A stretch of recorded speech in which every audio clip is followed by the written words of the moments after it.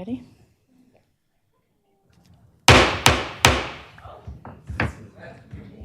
The hour of 6:30 having come and gone, I will call to order the Common Council meeting of Tuesday, May 20th, 2025, and ask the clerk to please call the roll. Alder Govindarajan. Alder Govindarajan is present. Alder Ugair. Present. Alder Ugair is present. Alder Harrington McKinney. Present. Alder Harrington McKinney is present. Alder Lankella. Here. Alder Lankella is present. Alder Knox. Present. Alder Knox is present. Alder Madison. Here. Alder Madison is present. Alder Martinez Rutherford. Present. Alder Martinez Rutherford is present. Alder Matthews. Here. Alder Matthews is present. Alder Mayor. Here. Alder Mayor is present. Alder O'Brien. Here. Alder O'Brien is present. Alder Okovich. Alder Okovich is present. Alder Pritchett. Here. Alder Pritchett is present. Alder Tischler. Here. Alder Tischler is present. Alder Vivier. Here. Alder Vivier is present. Alder Vitiver. Here. Alder Vitiver is present. Alder Duncan. Here. Alder Duncan is present. Alder Evers. Here. Alder Evers is present. Alder Field. Here. Alder Field is present. Alder Figueroa Cole. Here. Alder Figueroa Cole is present. Alder Glenn. Here. Alder Glenn is present. Madam Mayor, we have quorum. Thank you. As usual, I'll remind us that we're here to do the business of the people of the city of Madison and ask that we do that with grace and kindness, and in particular, that we refrain from using any profanity in our remarks, regardless of our role in tonight's meeting. We'll open tonight's meeting with two honoring resolutions. First is Legistar 88303, expressing appreciation to General Manager Justin Stuenberg for his years of dedicated service, transformative leadership, and significant contributions to Metro Transit and the City of Madison. Alder Govindarajan. Thank you. Whereas Justin Stuenberg was selected as the general manager of Metro Transit on March 10th, 2020, and whereas general manager will resign from Metro Transit on May 30th, 2025, after more than 5 years of dedicated service to the city of Madison, and where general manager Stuenberg took the helm of Metro Transit during one of the most challenging periods in public transit history, navigating the unprecedented impacts of the COVID-19 pandemic while leading the agency through a period of significant transformation and growth, and where, under his leadership, Metro Transit successfully completed a comprehensive network redesign, improving service efficiency and accessibility for the residents of Madison, and where General Manager Stuenberg oversaw the implementation of a cutting-edge vehicle technology system and a modern fare collection system, enhancing the efficiency and reliability of public transit operations, and where he led the renovation of Metro's 40-year-old operations facility and the opening of a second operations hub, ensuring Metro's infrastructure could support future growth and modernization, and whereas under his guidance, Metro transitioned 1/3 of its fleet to electric vehicles while modernizing the entire fleet, demonstrating a commitment to sustainability and environmental responsibility. And whereas General Manager Stuenberg successfully launched Madison's first BRT system, laying the foundation for a faster, more reliable, and more efficient transit network. And whereas through his leadership and strategic vision, Metro Transit grew its partnerships from 4 million in 2019 to 14 million in 2025, significantly expanding external funding and collaboration opportunities to benefit the city and its residents. And whereas he played a critical role in securing hundreds of millions of dollars in federal funding to support Metro's ambitious initiatives, ensuring continued investment in the city's transit infrastructure. And whereas General Manager Stuenberg successfully reduced staffing vacancies, building a strong and committed workforce prepared to sustain Metro Transit's ongoing success. And whereas he leaves behind an agency well-positioned for continued growth, with a strong team and an organizational structure designed to enhance operational excellence and service delivery for years to come. And whereas his leadership, vision, and unwavering commitment to public service have positioned Metro Transit as a national leader in transit innovation, benefiting not only the Madison community, but also serving as a model for cities across the country.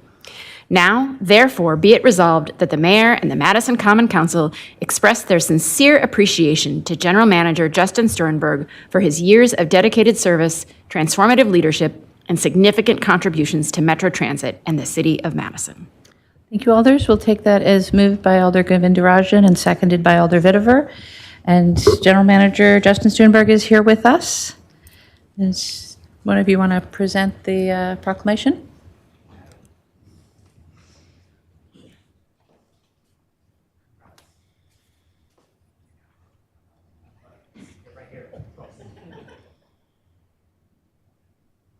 Do you want to say something? Sure. Just thank you for all of your support over these last 5 years. I really couldn't be more thankful and more honored to have been given this opportunity and to be able to work with so many dedicated city staff, so many wonderful elected leaders who really had the courage and vision to make a lot of these projects move forward. And so I'm just extremely grateful for this opportunity, and I'm really happy and excited to leave Metro hopefully in a better place than I found it, and I'm excited to see it continue to grow and improve over time. So again, just thank you all so much. Thank you.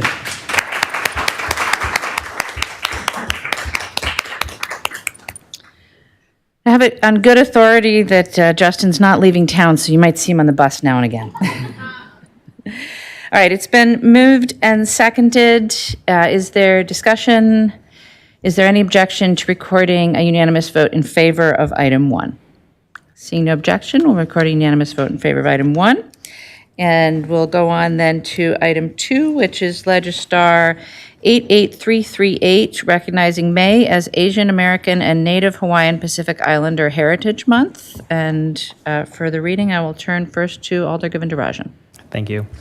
Whereas the people of Madison join together each May to pay tribute to the generations of Asian Americans, Native Hawaiians, and Pacific Islanders who have enriched the history of our community and the United States, and whereas the AANHPI history of Madison is inextricably tied to the story of Madison, and whereas there are approximately 24 million United States residents who identify as Asian and approximately 1.6 million United States residents who identify as Native Hawaiian or other Pacific Islander, comprising about 7% of the total population. And whereas Madison's AANHPI population totaled 25,815 in the 2020 census, and whereas the AANHPI community is an inherently diverse population composed of more than 45 distinct ethnicities and more than 100 language dialects, and whereas 2025 marks 50 years of Hmong diaspora, beginning with the immigration of Hmong refugees from Laos to Wisconsin in 1975 and lasting through the 1990s, which enriched our communities immeasurably. And whereas Wisconsin has the third largest Hmong population in the United States, with Madison having nearly 30,000 Hmong residents. And whereas the month of May was selected for Asian Pacific American Heritage Month, because the first Japanese immigrants arrived in the United States on May 7th, 1843. And the first transcontinental railroad was completed on May 10th, 1869, with substantial contributions from Chinese immigrants. And whereas AANHPI Heritage Month provides the people of Madison with the opportunity to recognize and celebrate the achievements, contributions, and the history of AANHPI communities and understand the challenges they face. Now, therefore, be it resolved that Madison Common Council recognizes May as Asian American and Native Hawaiian Pacific Islander Heritage Month. Be it further resolved that Madison Common Council recognizes this month as an important time to celebrate the significant contributions of Asians, Asian Americans, Native Hawaiians, and Pacific Islanders to the history of Madison. Be it finally resolved that Madison Common Council recognizes that Asian American, Native Hawaiian, and Pacific Islander communities strengthen and enhance the rich diversity of Madison. Thank you, Alders. We'll take that as moved by Alder Govindarajan and seconded by Alder Lankala. And with us tonight to accept the proclamation is Fanny Paletti, I believe, a local business owner. Please.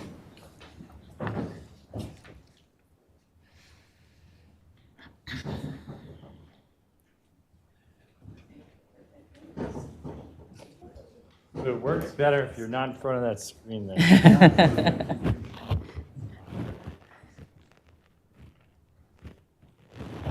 I'll send it to the.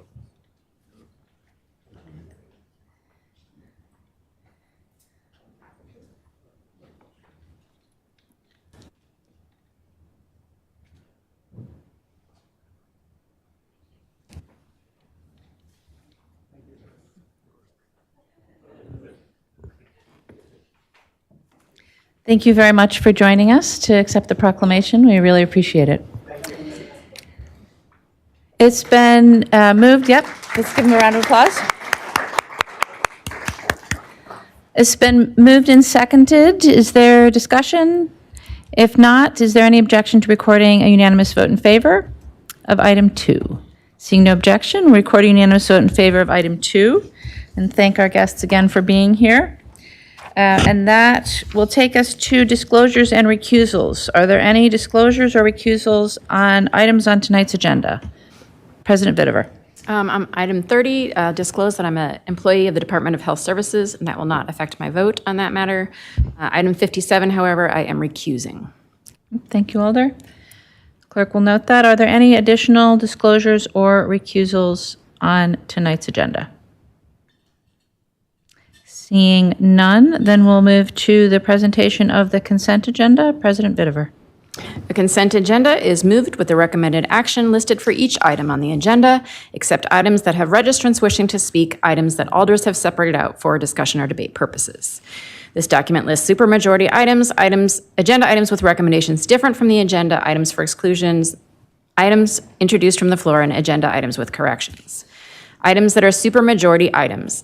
Item 31, Legislative File 87959, authorizing the city's Economic Development Division to submit for a $150,000 grant from the Wisconsin Economic Development Corporation Site Assessment Grant Program, and if awarded, accepting the funds granted, amending EDD's 2025 capital budget within the land banking program, and authorizing the mayor and city clerk to enter into a contract with WEDC to accept site assessment grant award for the use of the funds.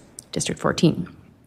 Item 32, Legistar File 88123, amending the police department's operating budget and authorizing the mayor and chief of police or designee to accept a juvenile justice Title II grant award from the State of Wisconsin Department of Justice in the amount of $60,000 for pass-through funding to the Rainbow Project and Focused Interruption, and 7434 on police overtime and benefits for the Madison Community Healing Through Support and Education Initiative to provide violence prevention support to juvenile system involved and at-risk youth. Item 33, File 88124, amending the 2025 adopted operating budget for the Planning Division's Support for the Arts Service to accept $50,000 from the Madison Community Foundation for the Tejope Community History Public Art Project. No items with recommendations different from the agenda. No items excluded. 2 items introduced from the floor. Legislative File 88185 to grant the following 2025-26 Adult Entertainment Tavern License renewal to Stenuto LLC at 2009 Freeport Road. And File 88327, authorizing the mayor and city clerk to execute a development agreement for $1,666,000 TIF finance loan to Wash Franklin LLC or its assigns to construct approximately 223 units of affordable housing and approximately 68 parking stalls located at 501 East Washington Ave in a proposed boundary amendment to TIF District 53, District 6. No items with corrections. Thank you, Alder. I will note that we'll exclude item 4, which is a staff presentation. Are there any other items that alders would like to have excluded from the consent agenda at this time? Seeing none, then let me just run through that really quickly again. Just to note that the following are supermajority items requiring 15 votes. Item 31, 32, and 33. We have no recommendations different from what's printed on the agenda. Item 4 will be excluded. We have 2 introductions from the floor. The first, Legistar 88185, will be referred to the ALRC on 521 and the Council on 6-3. The second, Legistar 88327, will be referred to Finance on 527 and the Council on 6-3. There are no items with corrections. Is there anything additional for the consent agenda at this time? Seeing none, then a motion, please, on the consent agenda. Moved and seconded to adopt. Moved and seconded to adopt. And then the consent agenda has been moved and seconded. Is there any objection to recording a unanimous vote in favor of the consent agenda and the recommendations therein? Seeing no objection, that vote will be recorded. We have no items for public comment.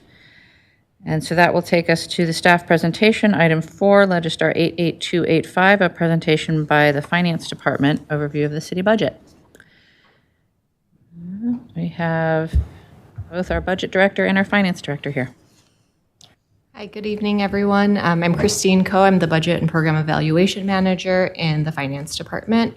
I use she, her pronouns, and I'm here with Dave Schmidtke, Finance Director, and we are here to provide an overview of the city budget process. Just 1 minute for me to get up my slides. All right. So the primary objective for us today is to make sure that everyone, especially the new alders, have a foundational understanding of the city budget process and understand how they can get involved in the process, as well as inform your constituents. We'll start with a high-level overview of the budget, provide some highlights of the current 2025 operating budget, talk about the process and timeline, and then Dave will do a deeper dive into the structural deficit, referendum, and city debt. And at the very end of the slides, there are some appendix slides that have tips on how to navigate resources on our website. So for the high-level overview, the very first thing to know is that the city has 2 budgets. We have a capital budget and an operating budget, and both are plans that provide an outline of how we're going to spend money in the upcoming year. We do have a calendar fiscal year, which means the budget authorizes spending from January 1st through December 31st. And we, as finance staff, are working with agencies throughout the year to develop the budget. The budget's introduced as proposed by the mayor and amended by Finance Committee and Common Council. It's adopted in November and then goes into effect in January. Just 2 notes. One is that the capital budget also includes a 5-year outlook that's called the Capital Improvement Plan, or the CIP. And this outlook is included because many capital projects are on a longer time horizon than the 1 year of the authorized budget. And the operating budget must be balanced, which means expenditures cannot be greater than revenues. In terms of the capital budget funds physical infrastructure, so things like roads, sidewalks, bike paths, buildings, and new facilities, so physical, tangible infrastructure across the city. The capital budget is where you'll find funding for many of the city's priorities, like affordable housing, safe infrastructure, and advancing priorities like goals on climate change and other issues. The capital budget is primarily funded through borrowing, and Dave will get into this in the debt section, but the city borrows money that's repaid through the operating budget and what's called debt service. But there are other funding sources such as special assessment, impact fees, and grants that help finance these projects. In terms of the operating budget, this is where we pay for our core services to city residents. So this is primarily the cost of how we pay for staff, so salaries and benefits, as well as contracts with community organizations and supplies, training, the basic things that you need to operate a large organization. This is really where we provide all core services that residents expect, like police, fire, EMS, as well as library and park programs, garbage and recycling, snow removal, et cetera.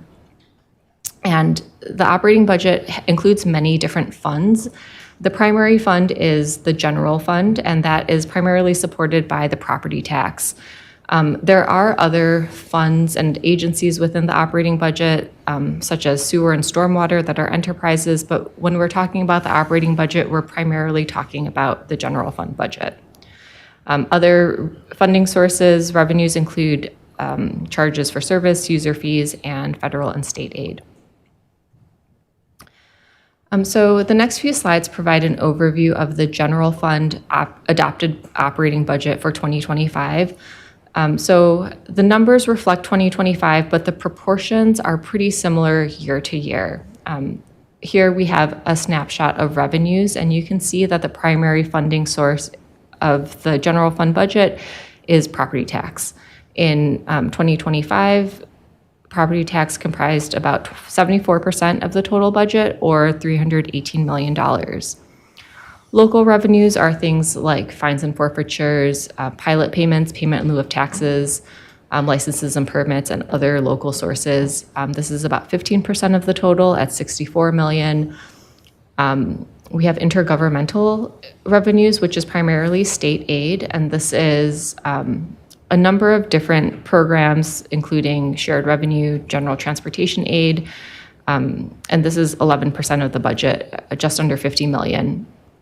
And one number that does vary a bit year to year is how much fund balance we apply in the budget.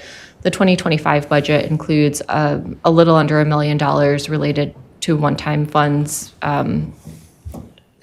related to some ARPA funding, but this is less than 1% of the total.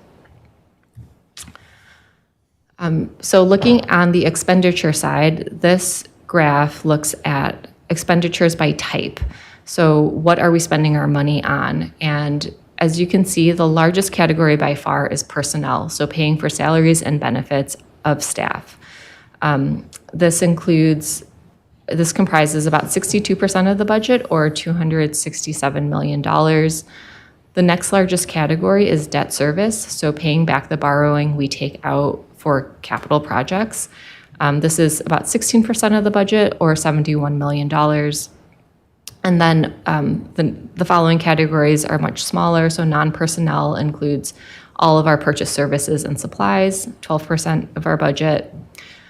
Other is a category that includes the general fund subsidy to Metro Transit, the city's share of the joint city-county public health agency, and our contingent reserve, as well as some other centrally budgeted sources that don't fall neatly in the other categories.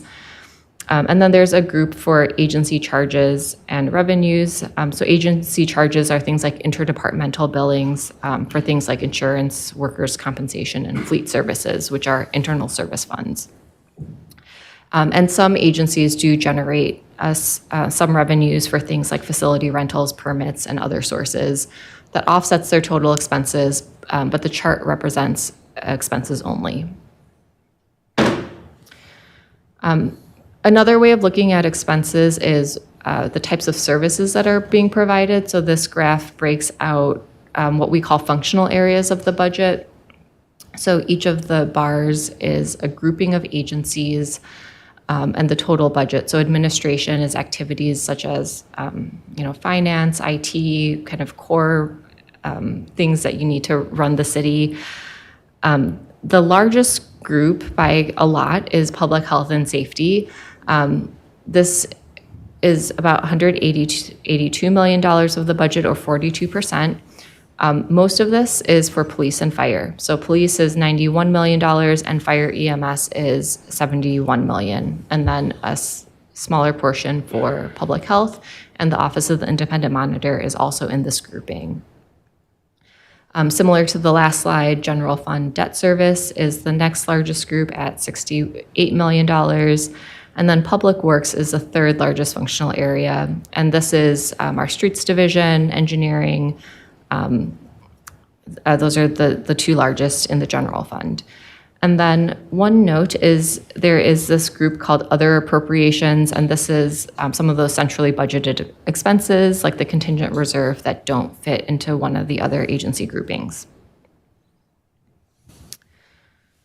So in terms of the process and timeline, I mentioned budget development happens all year long, and This is a very simple breakout of what that year looks like. So the first part, in January through March, we're really focused on establishing the baseline budget through a projection process and a cost to continue process of, if we continue the same level of services, what would that look like next year, and trying to establish baseline costs. From April through July, we have a capital and operating request process where all of the agencies submit proposals for what they need to continue operating their agencies. In the summer, Finance works closely with the mayor's office on preparing the executive budget that gets released in September and October, at which point the Finance Committee and Common Council have the opportunity to amend the budget and ultimately adopt the budget. Throughout this process, there are several opportunities for formal and informal opportunities for alders and the public to engage in the process. One of the more formal ways is through the Finance Committee. Dave and I are regularly providing updates to the committee, and alders can ask questions. Residents can sign up for public comment.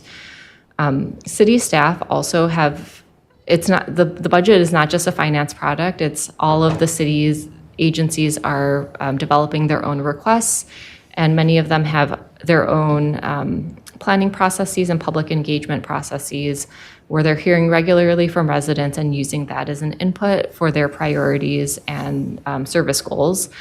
And then members of the public can also provide testimony at the budget hearings in the fall. And there is going to be a series of in-person budget engagement meetings in the summer that I'll share more about in a few slides. The major players in the budget are the Common Council, mayor, and staff. So the Common Council does have the authority to ultimately adopt the budget. So at different points throughout the year, you might be providing policy direction on the budget, both formally and informally through conversations with staff, resolutions passed at BCCs, and through engagement with finance like tonight. You do have the opportunity to review and amend the budget and, again, ultimately adopt the budget. The mayor also establishes priorities and guidelines for the executive budget and sets the initial guidelines for agency requests and develops the executive budget that's proposed to the Common Council.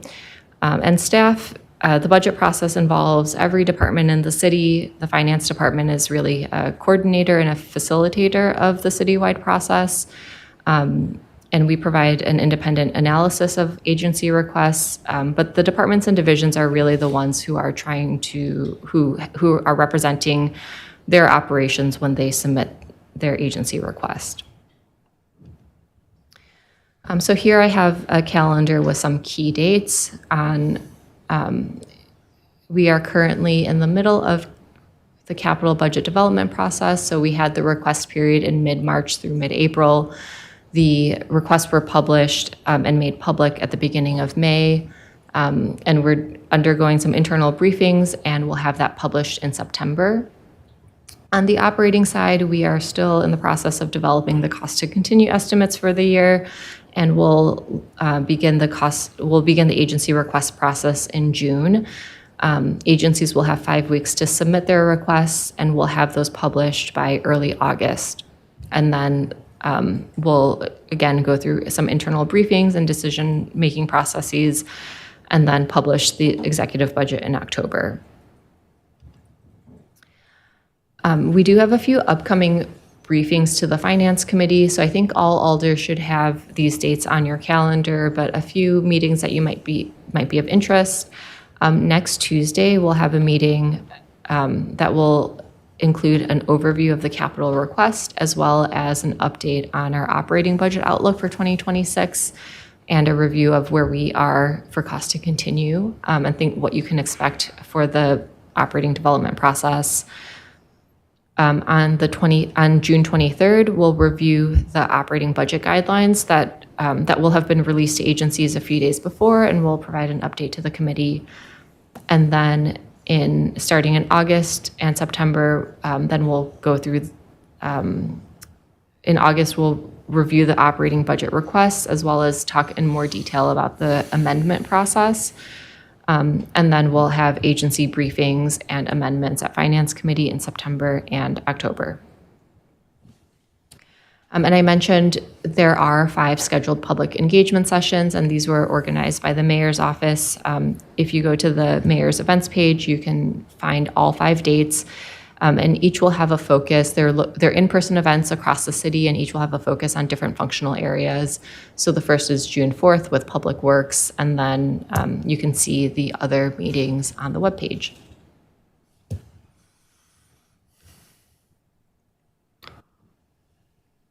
All right. Thanks, Christine. I will now talk about a little more detail on how the budget has been built over the last decade and a half, some of the challenges that the city has faced, particularly in light of actions by the state legislature that put limits on local municipalities' ability to raise revenues. And most recently, the referendum that was adopted to help balance the city budget and maintain current service levels. So we call this a structural deficit, and we face a persistent issue around that. And basically, the cost to maintain current service levels in the city goes up faster than we are allowed to increase our revenues. And that's really, despite what might be happening with the economy generally, and Madison has a relatively strong economy, not only in Wisconsin, but nationally. But we really face limited revenue capability because of the state legislature and the strict limits it places on primarily property tax growth, but really also the diversity of revenues that the city can utilize and raise, particularly relative to other cities around the country. In addition, Madison receives really quite a bit less state aid than other municipalities around the state. You can see the numbers there, about $29 per resident compared to a statewide average of about $142 per resident. And so in that limited revenue growth environment, we face increasing expenses, higher cost of living, healthcare costs, inflation, a growing city, fastest growing city in Wisconsin, and having to maintain service levels as the population expands. And then most recently, the impact of the pandemic did affect the city revenues pretty significantly. And we did receive considerable amount of federal pandemic relief, economic support. But again, that ended in 2024, while our revenues did not really recover to a level to meet the ongoing costs to maintain current service levels that residents expect. So as we prepared for the 2025 budget a year ago, we had that persistent structural deficit that we faced every year because of those strict limits on the property tax levy. And but that deficit got larger because of the impact of the pandemic on revenues, as well as the higher inflation that we saw over the last few years. And the American Rescue Plan Act funding from the federal government helped balance the budget and maintain service levels, but that funding ended in 2024. So we identified a deficit between our ongoing revenues based on those state limits compared to our ongoing costs to maintain current services, and that difference was about $22 million.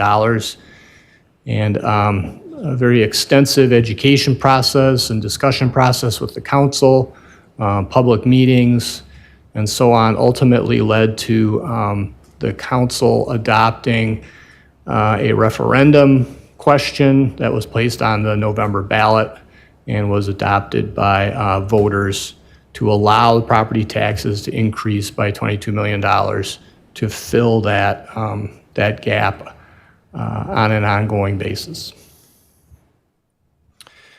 As a part of developing the 2025 budget, we also formally put together a 5-year outlook. And again, I think emphasizing that the increase improved through the referendum does not, on an ongoing basis, address that persistent structural deficit of revenues do not grow at the same rate as costs to maintain current services. And so it helped to fill that gap for 2025, but it reopens in future years, and we'll have to look at other options to keep pace with costs. And so that'll include perhaps looking at other revenue sources, such as what we call special charges, using the city's rainy day fund or fund balance, which is very strong right now and is available to help maintain service levels for a while. And then, but within the 5-year horizon that you see up there, we do expect that another gap will open up by about 2030, with I think the hope in the meantime that perhaps changes could happen in the state legislature and that could open up more options for Wisconsin cities to help maintain service levels through more diverse revenue options. So that's a little bit of background on the city's structural deficit, how it was closed in 2025, and what the outlook is for the next 5 years. Another part of what we do in the city in terms of how we finance our costs, specifically the capital budget, is we issue debt. And we'll talk a little bit about the amount of that debt and how to put that debt into context. So we do issue debt to finance the cost of capital projects and programs. And the repayment of that debt, the principal and the interest payments, are called debt service, and that is reflected in the operating budget. And you saw the share of the budget in some of the slides that Christine just went through. That debt service is excluded from the levy limit calculation, meaning that that cost of borrowing for the capital budget, we can simply add to the property tax levy. It is not controlled by the state, but we can only use it for certain purposes, namely those sort of infrastructure costs. We do have different kinds of debt. Most of our debt is in the form of general obligation, meaning it's backed by the full faith and credit of the city. And property tax, in effect, is obligated to repay that. We also have other funding sources that repay that debt. It is limited under the state constitution. We can't have outstanding debt that is in excess of 5% of the total property value in the city. We also have what's called revenue debt, meaning it's backed by specific revenues pledged to repay that debt. And we use that really for, right now, for sewer projects, and that is repaid by sewer user fees that are on the municipal services bill that you receive each month.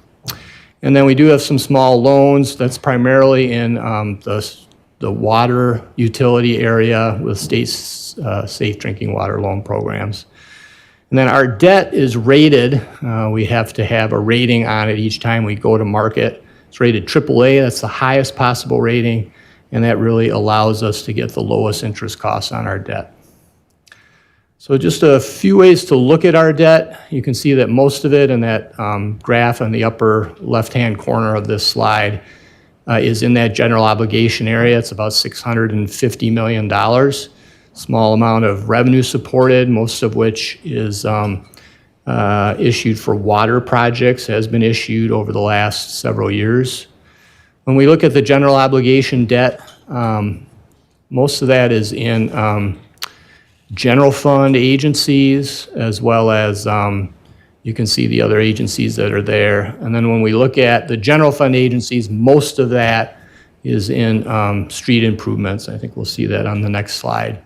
And then we have a few small loans that are out there for the purposes that you see up there. Again, diving a little deeper into that general fund debt by purpose. Again, most of it is for repairing streets, building new streets in the city. About half of that debt is for that purpose. Another roughly 20% is for planning and development. That's going to be things like affordable housing support, economic development grants, and other activities in that sort of planning and development area. Public buildings generally are the next largest group, followed by parks improvements, so playgrounds, shelters, and so on. We use debt to purchase equipment such as vehicles, snow plows, refuse and recycling trucks, fire trucks, and so on. And then police and fire, relatively small share, and a small amount for land acquisition. And this looks at roughly a 20-year period. This is our expected total general obligation debt service. So that's the repayment of principal and interest each year. When we look at the capital improvement program for 2025, the dark portion of those columns is the debt that's already been issued. And as you can see, that decreases over time. We repay most of our general obligation debt in 10 years. And so it's a pretty aggressive repayment cycle. Most public municipal issuers have 20-year debt, so that's a little longer glide path for repayment. The lighter part of that column is the expected debt service that'll be added in those years for the new projects that are in the capital improvement program, as well as amounts that were authorized in prior budgets but have not yet been issued. This chart's got a lot going on here, but the main point with this is we focus a lot on the debt service share of the operating budget. That's the sort of column that you see in the middle, the blue. And as you can see, that's roughly 15, 17, 18% of our operating budget. The taller columns are another way to look at it, which is that constitutional limit, that no more than an amount equal to 5% of our property value can we have in debt outstanding. And we're at less than a third of that constitutional limit. So relative to the constitutional limit, we do not have a lot of debt outstanding. The line that goes through the graph is our debt per capita, and this is sort of indexed from 2015. And you can see the slope of that has increased pretty dramatically. We have issued debt at a faster pace that our population has grown, and that really reflects aging infrastructure, and that's not just a Madison problem, that's a national problem in terms of deteriorating infrastructure and the investments that need to be made. Some good examples of that are the Central Library, which was completely reconstructed about 13 years ago. It was originally built in 1965, and so it had reached the end of its useful life. And so those are the types of investments that need to be made, as well as investing in new infrastructure as the population grows. So we have issued more debt. The very small column at the bottom of the graph is our debt as a share of personal income, and that has remained relatively stable over the last 10 years at roughly 3% of total personal income in the city. So this is just to give you a sense that there's different ways to look at how much debt we have and how to put that all into context with investments that need to be made in the city. Finally, I talked a little bit about our debt rating. We are rated AAA, and we have been rated AAA since 1973. And that is because we have strong reserves that we set aside, as well as we're very liquid, meaning we have cash balances to be sure we can pay our bills and repay the debt that we issue. We are looked at as having strong financial management and strong governance by our mayor and council.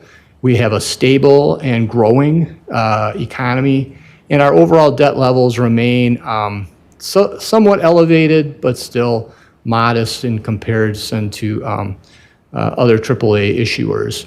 And so that high rating allows us to have the lowest possible interest cost on our debt. So that that helps keep that cost of those capital projects down for Madison taxpayers. So a little bit on the debt, and I'll turn it back over to Christine for a couple of slides on resources. Great, thanks.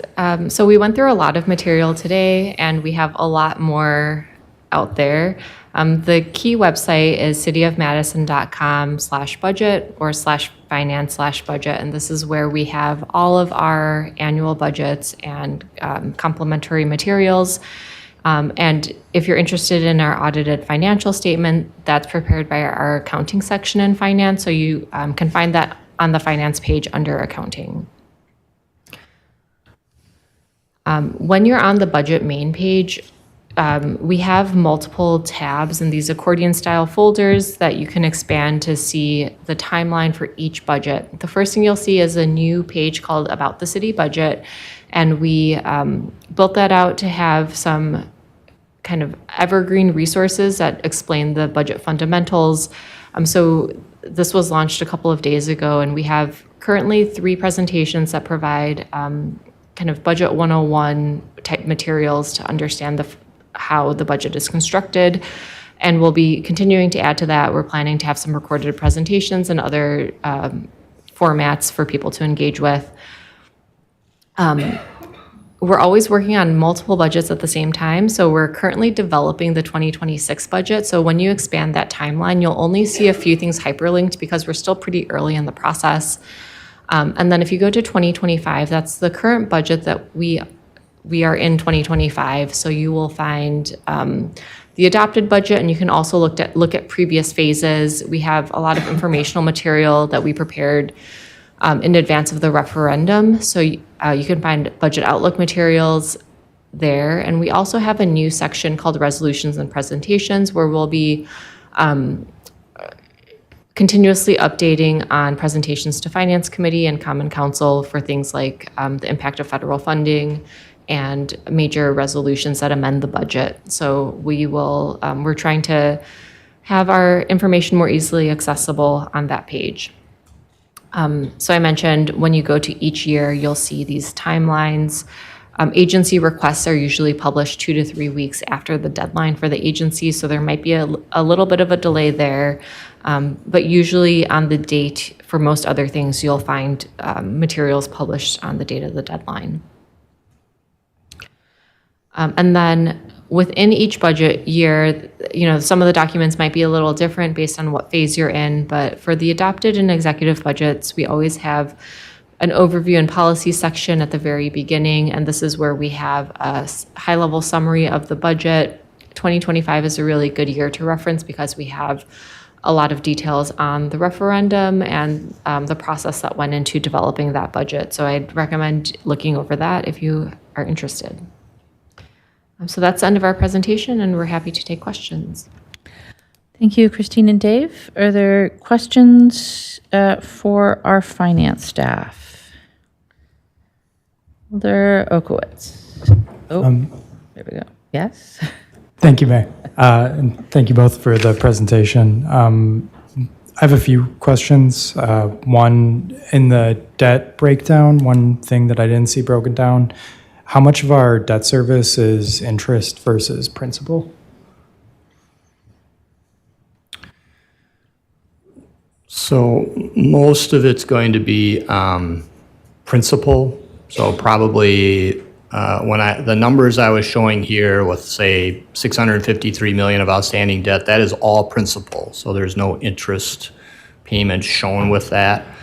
The interest is probably another 200 to 300 million on top of that for general obligation debt. Okay. And then on slide 23, you show debt by purpose, and there's land acquisition and planning and development. Do you know if land banking falls under land acquisition or planning and development? It probably falls under, if we are acquiring land as a result of land banking, it would be land acquisition. Okay. And then on slide 25, you show the rising debt per capita, and that continues to go up through, or is projected to go up through 2030. Is the denominator for that the current population or the projected population? The projected population. Okay. And then you also mentioned on this slide, a big reason for the increase in debt is aging infrastructure. Do agencies have an inventory of outstanding infrastructure obligations, possibly broken down by when they're expected to be repaired? That's a great question. Basically, what you're referring to is kind of an asset management plan, which we have in different places, probably most robust in engineering in terms of our street condition. I think we also know the age of most of our buildings, but we don't have an integrated asset management approach. And that is something we're actually working on and have been working on to develop, along with updating our long-range facilities plan and really linking it to the Imagine Madison plan, particularly in terms of where the city is expected to grow and where services are expected to be needed. Can I find those asset management plans on your website? Or is it going to be on each individual agency's website? Yeah, some of it may be on individual agency websites, so it could be embedded in master plans, for example, but I would say it's not all out there in an accessible way, but we could certainly talk more with you about that and connect you with folks if you have specific questions. Yeah, I'd be curious to look into. Probably the best resource is the Transportation Improvement Plan that engineering puts out. The water utility also has more or less an asset management plan that's reflected in their capital budget. When you dig into the capital requests, you'll see for the agencies that manage a lot of assets, it's essentially their 6-year capital planning reflects those plans. Okay, but that only goes 6 years out. That doesn't go Yes. further out. Okay. And then you didn't say this, but it's nice to see we have a better rating than the feds. So, thank you. That's it. Thank you, Alder. Alder Yeager? Thank you, Mayor.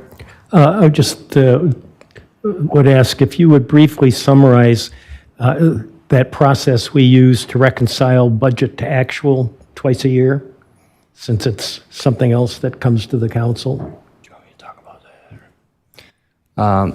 Yes, thank you for that question. So we do, obviously, with the budget's adopted, and then it's implemented. And the process doesn't stop when the budget's adopted by the council. So once we're into the fiscal year, which is where we're at right now, we do projections of what is actually happening based on actual activity through the first couple of quarters of the year, and compare that to budget, make corrections, and we'll have legislation that we call the mid-year appropriation adjustment resolution that you'll see in the latter part of the summer that may make some adjustments to agencies. And then we do another projection in the third and fourth quarters that realizes itself in what we call the year-end appropriation resolution, where again, we may need to provide additional appropriation authority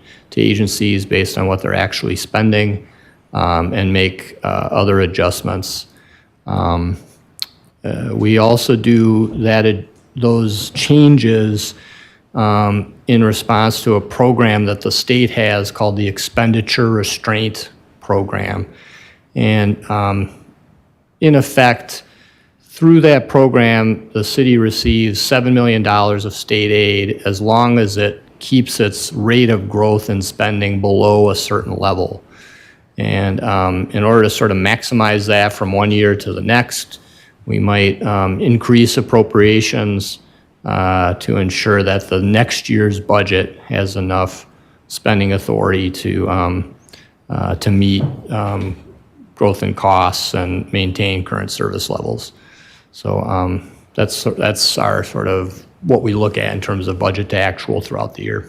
Thank you, Director. Thank you, Mayor. Thank you, Alder. Are there any other questions for the budget director or the finance director? Alder Pritchett? Yes. You mentioned that COVID monies were used to balance the budget going for 2024, correct? Now, have you done a compare-contrast to look at where we were 2024 using COVID monies? Now, that money is long gone now. So looking at 2025, 2026, that is, what represents the largest stressor on the budget? We don't have those funds anymore. We do have the $22 million referendum that we passed. But knowing that, what is the largest, the biggest stressor on the budget? And then what are we going to do in order to address that? Yeah, thanks for that question. And we'll be getting into that in some of these future meetings. I think Christine showed you a slide of the Finance Committee meetings, and we'll talk about cost to continue. And that's where we'll really get into those stressors that we're looking at going forward. But really, as the slides that Christine went through showed, the largest share of the city's budget is for staff, right? And so we have cost of living increases for staff that we have to meet. That's the largest share of cost. So we're talking about pay increases. We're talking about benefit costs, so health insurance costs, which are expected to go up over 10% in 2026. And then in other areas, I would say on the margin is some of the operating costs, particularly for the new shelter on Bartolon Drive. You know, those are ongoing operating costs that need to be addressed in the budget, as well as the new Rindall Imagination Center and library facility. So those are, I would say, some of the issues that we'll need to look at, council will need to look at for the 2026 budget. But we'll get into that in a lot more detail at the Finance Committee next week in terms of the cost to continue and sort of some early projections of the gap that I talked about between our ability to raise revenues compared to growth and cost to maintain current service levels. Okay, one more question. You know, and have you given any thought to, let's say, things that you unintended, okay? And when I say unintended, I'm saying, you know, suppose there was a huge. Please speak in the microphone. Suppose there was a huge tornado, okay, that came through. And have we been able to begin to look at some of those kinds of things that could happen? You know, it happened. Were we prepared, or were we not prepared? And if so, have we addressed putting some of those kinds of things into the budget, but then looking at how we can eliminate some things that we know we can control? So like a pandemic, a global pandemic? Control is the operative word. Some things are outside of our control, right? Like a pandemic.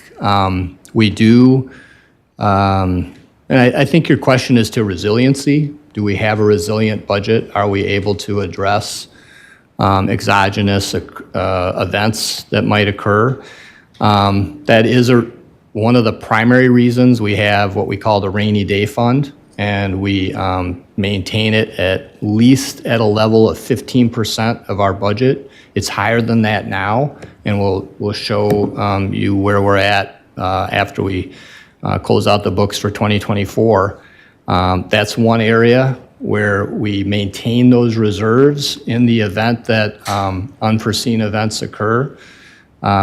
We also have what we call the contingent reserve. So we appropriate a 0.5% of the budget and basically set it aside to meet any sort of emergencies that might occur. That totals about a little over $2 million that we also have available. We also try to maintain some amount of capacity within that expenditure restraint limit that I talked about earlier, so that we can appropriate money from fund balance to meet those costs. We can, in certain instances, if there is an emergency declared by the governor, we can, in the subsequent year, increase our levy limit. So basically levy more property taxes to pay that cost if there's an emergency that's been declared and we've had to spend money for that. I would say also on the planning side, the capital side of the budget, there's a lot of work going on, just for example, in engineering in the stormwater area to talk about resiliency around, we had major flooding occur as a result of storms in 2018. And I think we found that perhaps our infrastructure was not prepared for the the possible level of rainfall that could occur as a result of changes in climate. And so engineering's been investing resources over the last 7-8 years in what do we have to do in each of the watersheds in the city to have that infrastructure in place and make those investments through the capital budget to ensure that our infrastructure is as resilient as possible as we change those models going forward. So I think we try to plan for what we see, and we do set aside reserves to try to be sure we can respond to that. Yeah, so now let's go back and at the question that was raised over here regarding aging structures, okay? Now, with my house, I know that I have to have a budget, a kitty, for, let's say, replacing, let's say, a refrigerator or hot water heater, whatever. And do you put a cap on some of those things? A cap in terms of how much you're willing to put into that particular kitty? So we don't really set aside dollars for the type of capital investments that you're talking about. We use primarily debt for that. We do build that into models for some of the user fees, for example, water utility and sewer utility and things like that. They do extensive planning. I reference asset management plans in terms of how rapidly the infrastructure is aging, what sort of ongoing maintenance do they need to do, how often do they need to look at the pipes and so on. And so what we try to capture through the city's capital improvement plan is at least a 5-year outlook for that and what sort of projects do we have to have in place. And as I referenced earlier, that's linked back to longer term infrastructure plans. The mayor referenced the transportation improvement plan. There's longer term infrastructure plans for the water utility, sewer. I mentioned the watershed plans for stormwater and so on. So it's really trying to look at that macro level over multiple years lined up with the 20-year horizon of Imagine Madison, the comprehensive land use plan, and what we need to do to meet service levels, to ensure we have sufficient infrastructure for a growing population, and things like that. And then how does that all fit into, I showed you that sort of busy graph of, well, what's our overall debt level? Is it remaining something that is manageable within the overall economy and capacity of the city? So those are the ways that we look at those issues. Okay, I guess I'll have more questions once we get into the budget sessions. Thank you, Alder. I have no other alders in the queue with questions at this time. Alder Ochowicz? Thank you, Mayor. Sorry, just one follow-up question I forgot to ask earlier.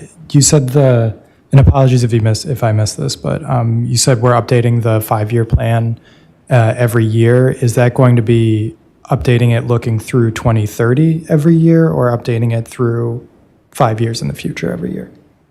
The operating budget outlook, yeah, that'll be a 5-year look. So we'll add a year each year. Thank you. Yep, you're welcome. Thank you, Alder.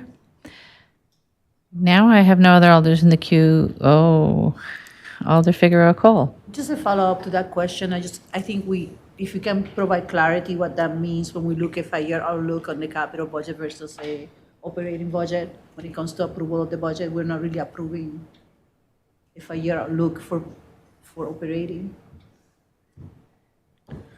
So we have incorporated a plan, you're correct, an outlook of the plan, but each year that budget needs to be approved, if that's your question, yes. So both for the capital and operating budget, the council is adopting a budget for that year and appropriations for that year. Any future years are a plan. They are not actually adopted. The council cannot sort of lock in future councils. And so each year becomes an appropriation, a budget approval by that council. Thank you, Alder. All right.